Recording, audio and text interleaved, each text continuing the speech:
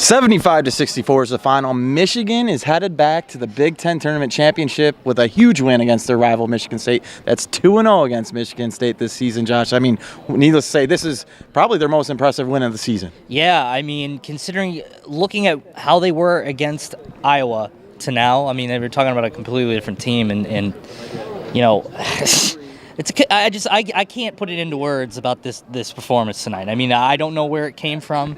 You know, you're talking about arguably a team that's vying for a number one seed, who really were the favorites to win this whole tournament in Michigan State, and Michigan just comes out and totally punks them on the floor tonight.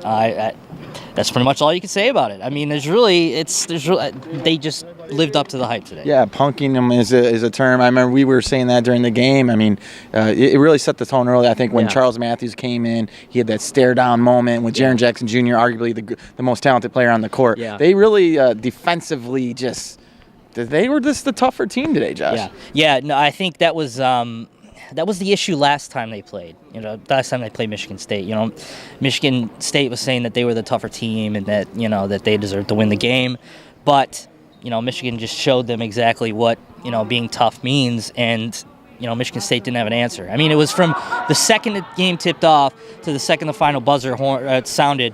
I mean, Michigan was just out physically them, out toughing them in every aspect of the game, and you know, you have a performance from Mo Wagner in the first half where he's basically invisible, but yeah, they still weather through that. I mean, you've got guys coming out of the woodwork where you wouldn't expect them to you know, come out and perform, but they're doing it and they're getting the job done.